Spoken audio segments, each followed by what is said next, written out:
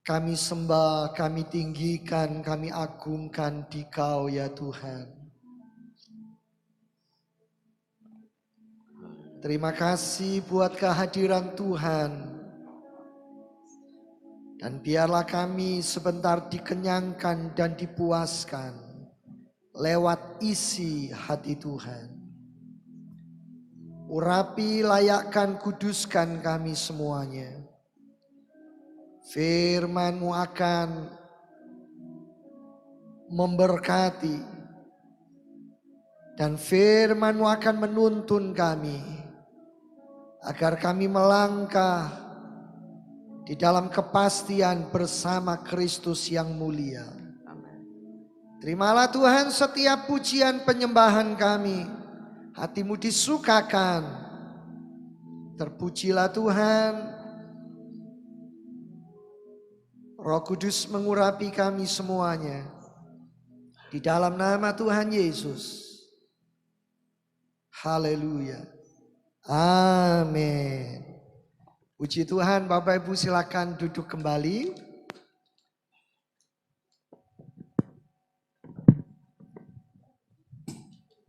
Setelah tanggal 29 kemarin kita memperingati dan merayakan kenaikan Kristus ke sorga.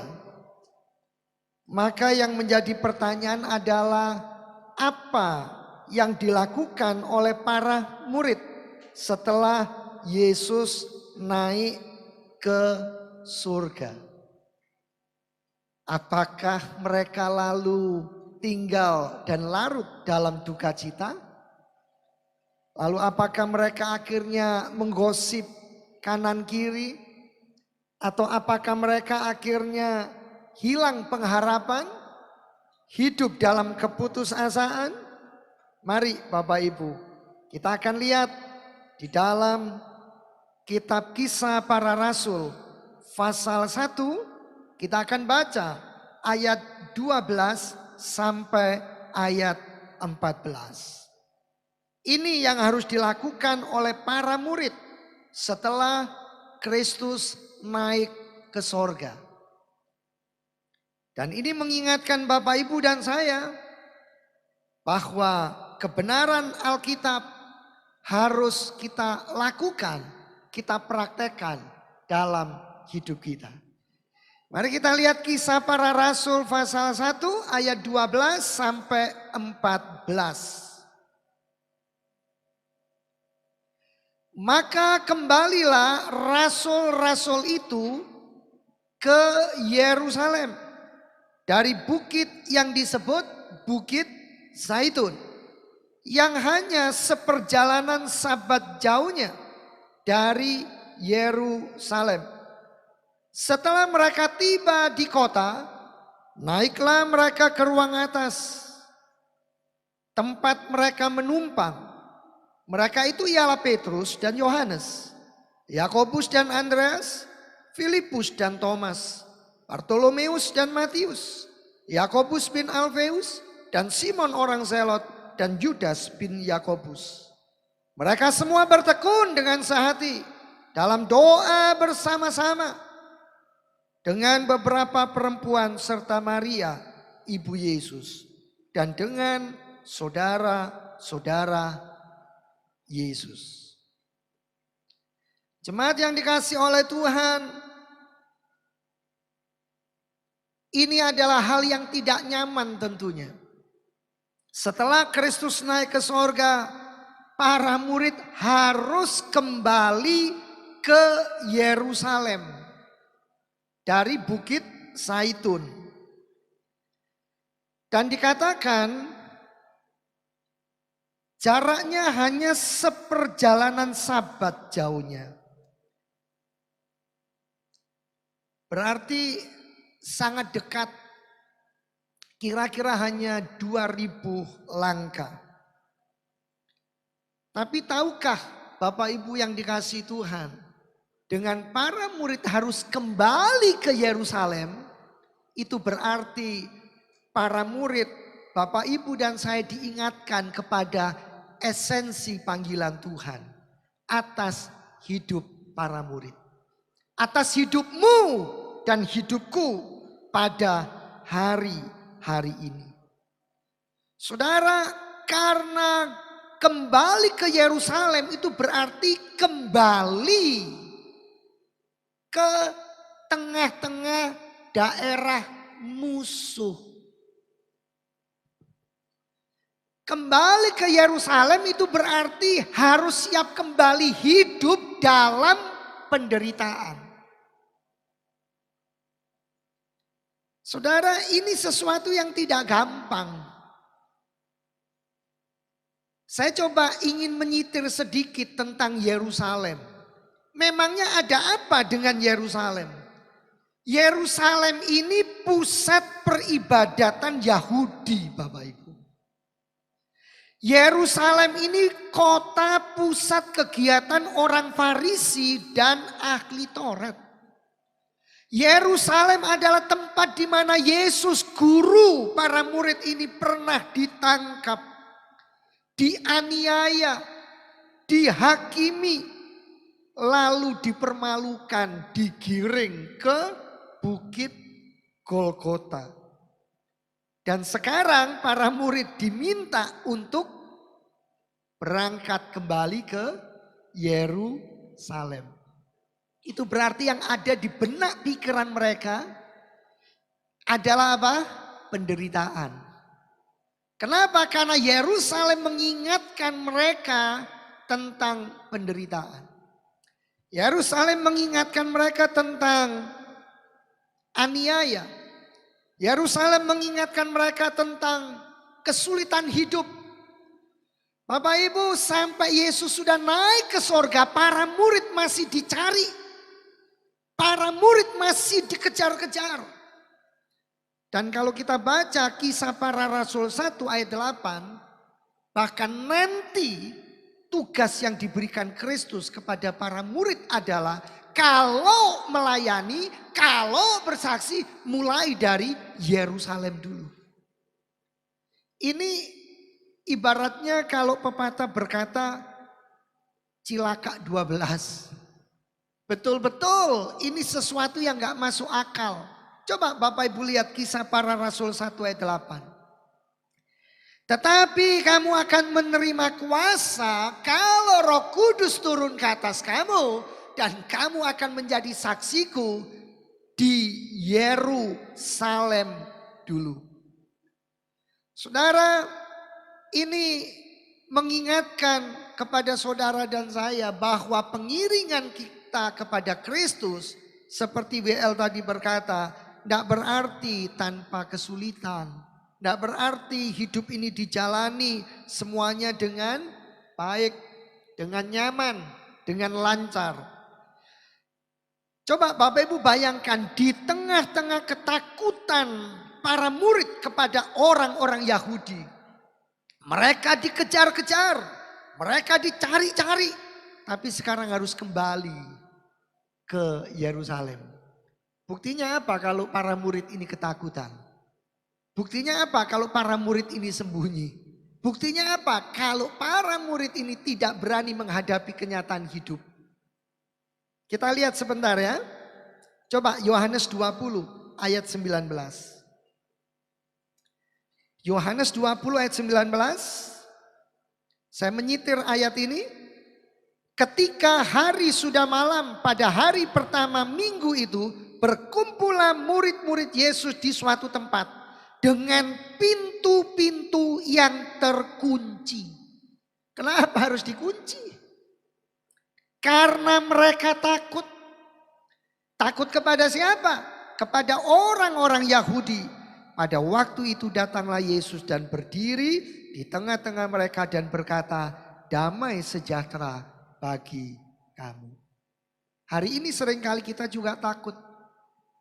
Hari ini seringkali kita juga khawatir dan kita tidak pernah sadar bahwa kita tidak pernah sendirian.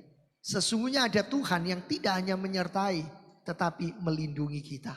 Kita lihat sebentar Lukas 24.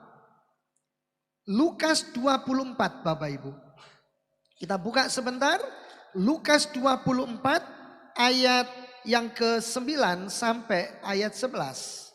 Lukas 24 ayat 9 sampai ayat yang ke-11. Dan setelah mereka kembali dari kubur, mereka menceritakan semuanya itu kepada ke-11 murid dan kepada semua saudara yang lain.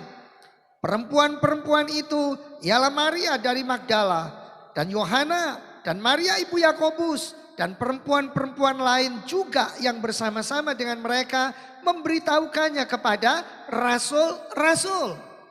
Saudara bisa bayangkan ini, kita kilas balik kepada peristiwa kebangkitan Kristus. Ayat 11, tetapi bagi mereka, bagi para murid, perkataan-perkataan itu seakan-akan omong kosong.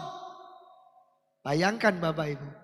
Dalam terjemahan lain, para murid ini bukan dicatat bahwa peristiwa kebangkitan itu adalah berita omong kosong, tetapi disebutkan itu cuma dongeng.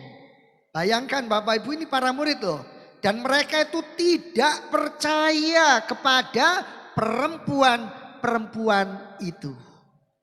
Tapi dalam progres perjalanan pengiringan mereka kepada Kristus, setelah Kristus naik ke sorga, mereka harus mau kembali ke Yerusalem. Berapa banyak saudara yang sering mendengar jadi anak Tuhan itu gak akan pernah susah, gak akan pernah sedih, gak akan pernah menangis, gak akan pernah berduka cita. Lihat ayat-ayat ini. Disebutkan penderitaan demi penderitaan itu selalu menunggu mereka.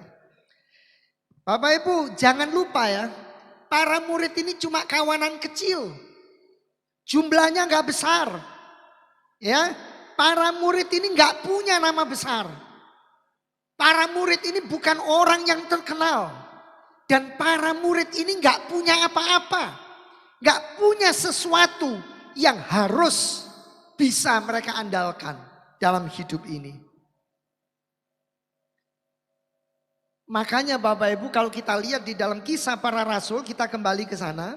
Pasal 1, setelah Kristus naik ke sorga, ya, mereka harus melakukan sesuatu yang Tuhan mau. Supaya mereka tetap mengalami pemeliharaan, penyertaan, perlindungan Tuhan.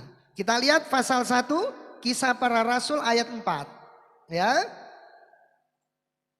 Kita lihat dulu, pada suatu hari ketika ia makan bersama-sama dengan mereka, ia melarang mereka meninggalkan Yerusalem dan menyuruh mereka tinggal di situ menantikan janji Bapa yang demikian katanya telah kamu dengar daripadaku. Gak ada jalan lain, tetap ke Yerusalem berarti harus taat. Kenapa? Dengan taatnya ini, dengan tetap ke Yerusalem, sekalipun itu daerah musuh, Tuhan memberikan sebuah janji yang indah. Dia tidak akan sendirian. Nantikan di Yerusalem janji Bapa. Di tengah-tengah penderitaan hidupmu Bapak Ibu, nantikan penggenapan janji Tuhan. Saudara, di belakang mimbar gereja ini hamba Tuhan menyampaikan Alkitab. Menyampaikan isi hati Tuhan. Menyampaikan janji Tuhan. Waktu saudara pulang, saudara menghadapi fakta hidup, saudara menderita, saudara susah, saudara tertekan, saudara menghadapi badai hidup, pegang janji Tuhan. Nantikan Tuhan. Menantikan itu sesuatu yang membosankan. Menantikan sesuatu yang tidak diberi jadwal waktunya, itu sesuatu yang menjemukan. Bapak Ibu, para murid tidak diberitahu, hanya disuruh menantikan. Ayat 5. Sebab Yohanes membaptis dengan air, tetapi tidak lama lagi kamu akan dibaptis dengan Roh Kudus. Dengan kata lain, menantikan janji Bapa adalah janji tentang penyertaannya yang luar biasa. Bagaimana Allah menjadi Immanuel di dalam Yesus Kristus, itu diwakili oleh kehadiran Roh Kudus dalam hidup Bapak Ibu dan hidup saya. Ya, kita lihat supaya nanti di dalam ayat yang ke-8 yang tadi kita baca, KPR 1, apa? Tetapi kamu akan menerima kuasa Sekalipun kamu kawanan kecil, kamu tidak punya nama yang terkenal, kamu gak punya apa-apa, kamu akan punya kuasa. Dengan kata lain, saudara boleh tidak memiliki gemerlapnya dunia, tapi dengan memiliki Kristus punya segala-galanya. Saudara akan berjalan di dalam terang. Saudara akan berjalan dalam kebenaran. Saudara berjalan dalam kemenangan. Saudara berjalan dalam kehidupan. Saudara berjalan menuju kepada kekekalan yang benar-benar terjamin. Bukan mudah-mudahan. Tapi gak banyak orang suka, Bapak Ibu. Gak banyak orang senang dengan apa yang Kristus sudah sampaikan. Banyak orang kalau boleh memilih, kenapa sih mesti harus menantikan janji Tuhan sampai tergenapi? Bagaimana janji itu tergenapi? Dibutuhkan satu proses yang namanya taat.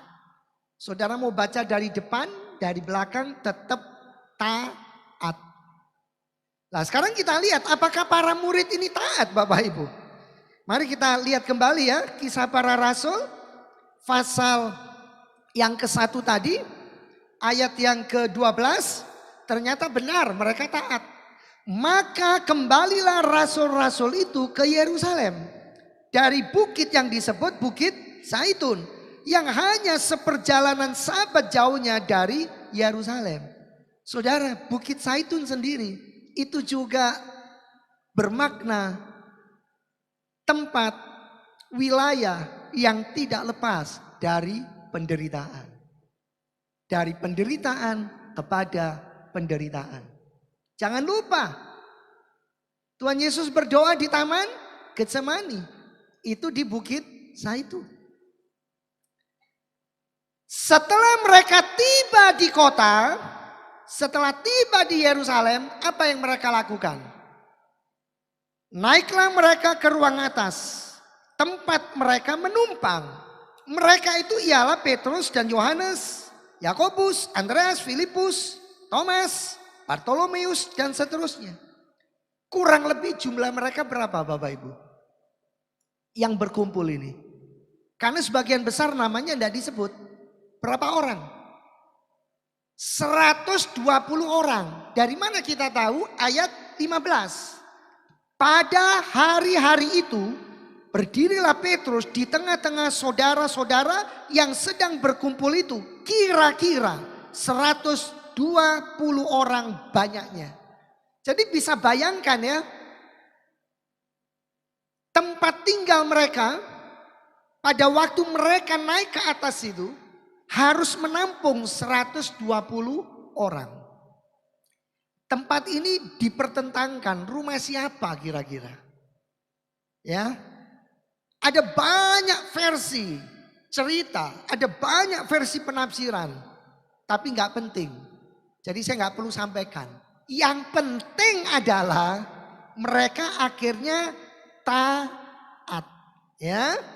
Nah, yang menjadi pertanyaan Bapak Ibu, apakah berarti mereka ini tinggal bersama itu ya makan bersama di sana? Terus melakukan aktivitas sehari-hari di sana? Saya yakin tidak. Ya. Jadi mereka ada di ruangan itu bukan berarti mereka semua tinggal dan makan bersama di satu ruang. Melainkan di sana mereka berkumpul setiap hari dan menghabiskan waktu bersama dalam ibadah. Bukan di dalam menyebarkan gosip, fitnah, rasan-rasan, terus apa lagi? Menyebar syakwasangka, terus apa lagi? Apa? Buka arisan, terus apa lagi?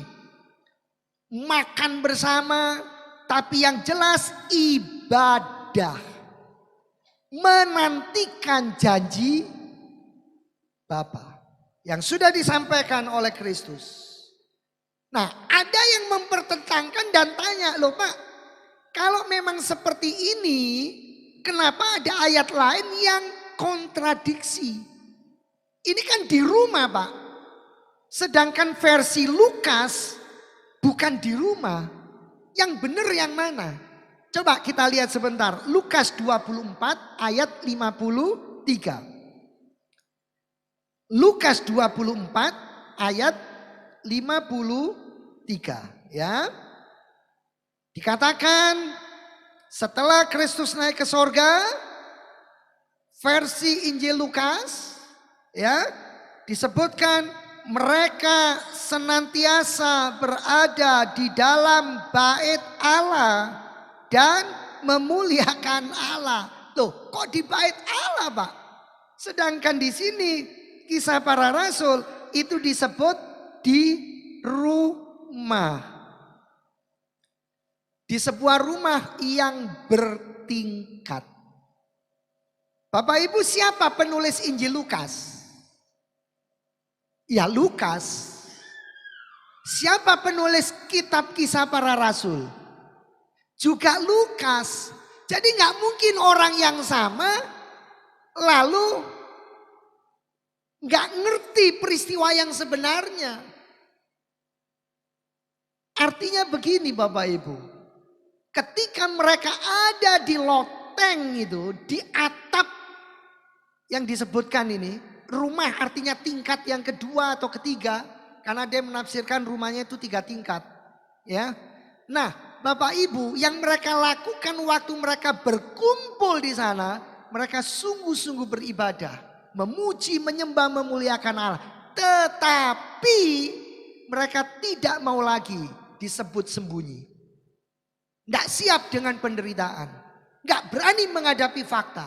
Makanya Lukas dalam Injil Lukas berani menyatakan.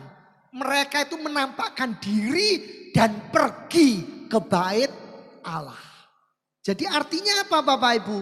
Mereka menantikan janji Bapa sungguh-sungguh di dalam nuansa rohani yang betul-betul dipertanggungjawabkan. Di bait Allah mereka ibadah, tapi mereka punya waktu-waktu khusus untuk bersama-sama bersehati dengan tekun berdoa dan memuliakan Allah. Karena untuk datang ke bait Allah itu butuh liturgi, waktu yang sudah dijadwalkan. Jadi mereka betul-betul tidak perlu takut, tidak perlu khawatir. Mereka sekarang melangkah dalam sebuah kepastian dan keberanian. Saudara, siapa yang menjanjikan dunia ini semakin baik? Tidak ada. Saya pengen tahu ekonom mana? Mau profesor, doktor, kaburator, ya, gelarnya mau sebanyak apa? Berani menjamin dunia ini semakin baik?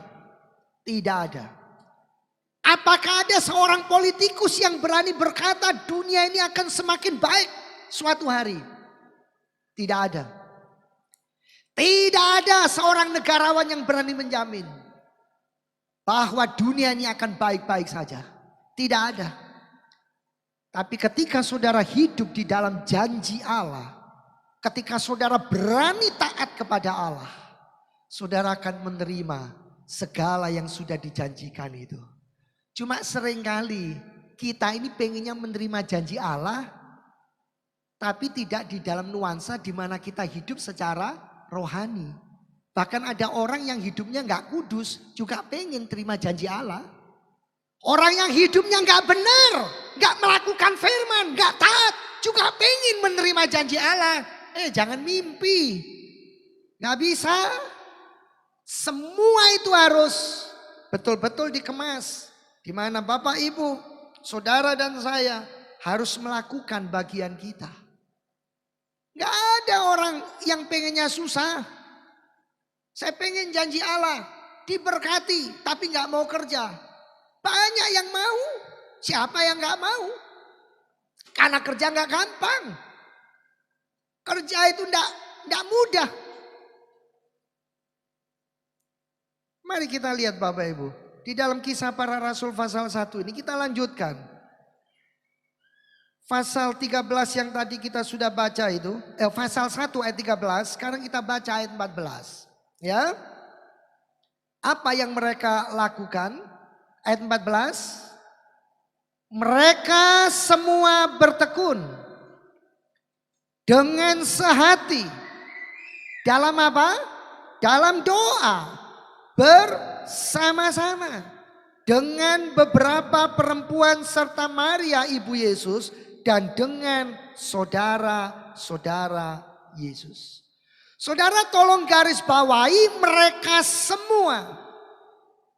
Mereka semua tanpa terkecuali 120 orang bertekun, berarti sabar, setia, sungguh-sungguh dengan sehati dalam doa bersama-sama.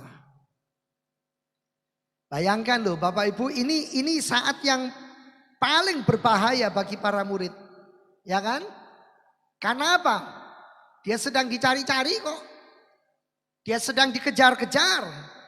Ini gambarannya seperti domba di tengah-tengah serigala. Tapi ketika di dalam tekanan, ketika di dalam kesusahan, ketika di dalam penderitaan, yang mereka lakukan adalah berdoa. Nah Bapak Ibu, ini yang saya mau sampaikan, harusnya sambil menunggu, menantikan janji Allah, pakailah waktu lebih banyak untuk berdoa. Pakailah kesempatan yang kita miliki untuk lebih banyak berdoa. Coba kita lihat ya, di dalam Lukas pasal 3 ayat 21 dan 22. Ada karunia, ada berkat yang diterima itu ketika doa sedang dipanjatkan.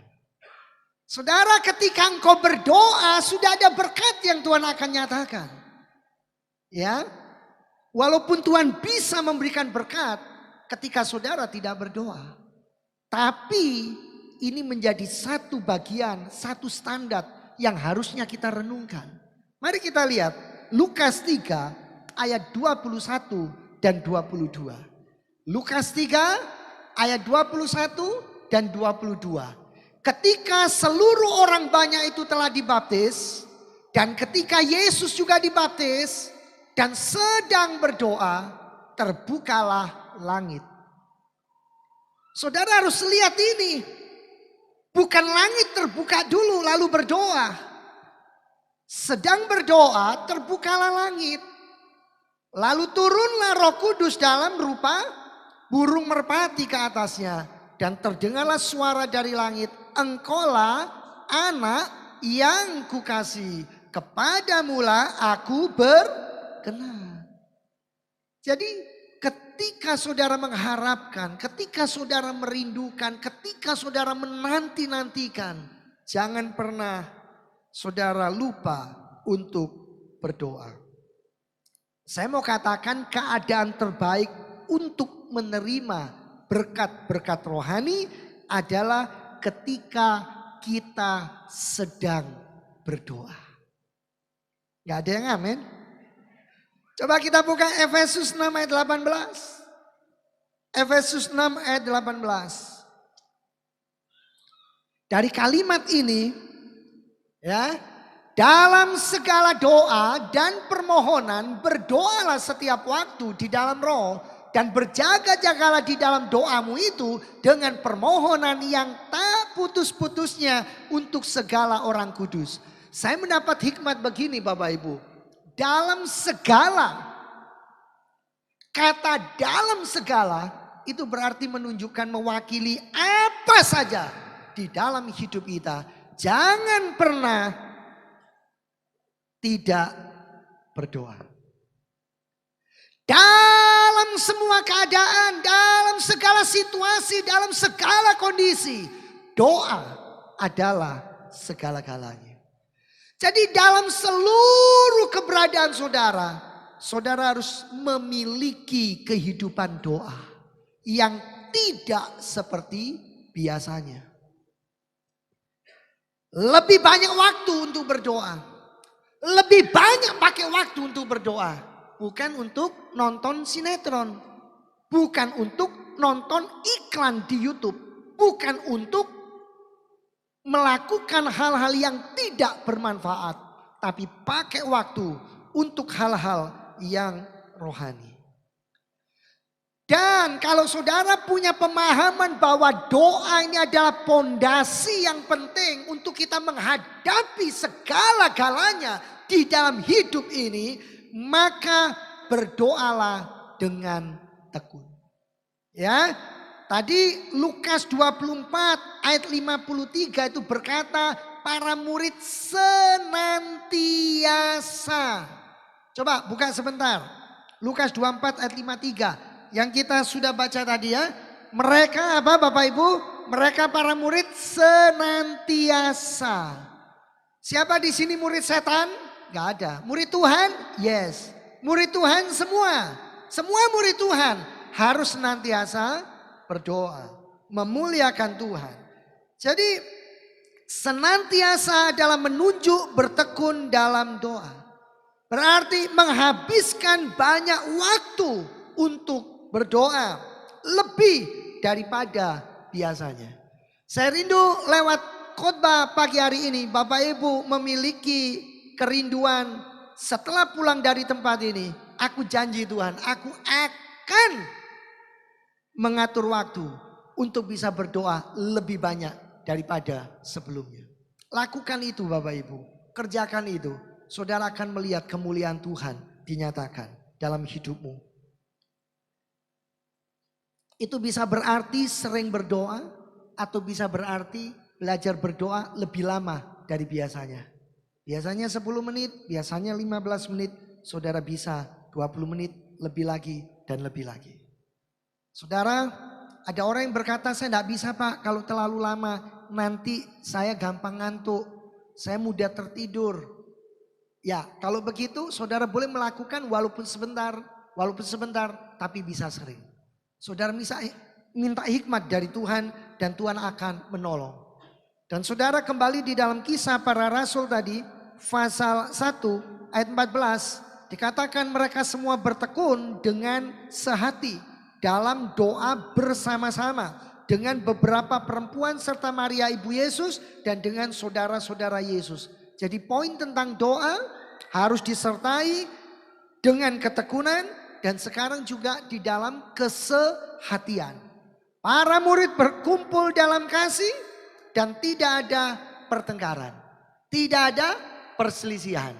Amin. Tidak disebut di sana para murid bertengkar. 120 orang. Lalu berselisih. Enggak. Mereka hidup dalam damai sejahtera Allah. Kenapa? Saya yakin 10 orang biasanya 10 pemikiran. 20 orang 20 pemikiran. Ini 120 orang. Yang harusnya 120 pemikiran. Tapi mereka tunduk. Mereka mendengarkan. Dan mereka mau belajar bersama-sama. Dan mereka menghargai prinsip Matius 18 ayat 19. Dan ini penting. Kita lihat Matius 18 ayat 19. Saudara, kita lihat sebentar Matius 18 ayat 19. Terima kasih. Dan lagi aku berkata kepadamu, jika 2 orang daripadamu di dunia ini sepakat meminta apapun, permintaan mereka itu akan dikabulkan oleh Bapakku yang di sorga. Ini 120 orang yang bersepakat. Disebut berdoa dengan sehati. Saudara belajar menantikan janji Bapa itu satu sisi. Tetapi mereka belajar menantikan dengan taat itu sisi yang berikutnya. Dan mereka sungguh-sungguh ke Yerusalem. Berarti mereka diingatkan itu tempat yang penuh penderitaan. Ketika dari Bukit Zaitun itu juga tempat di mana Yesus harus mengalami penderitaan. Sampai akhirnya boleh naik ya. Harus ke Yerusalem, bertekun dan sehati dalam doa. Bapak Ibu, minggu depan penggenapan janji turunnya Roh Kudus itu terjadi luar biasa 2000 tahun yang lalu. Jadi para murid menunggu dan menanti 10 hari.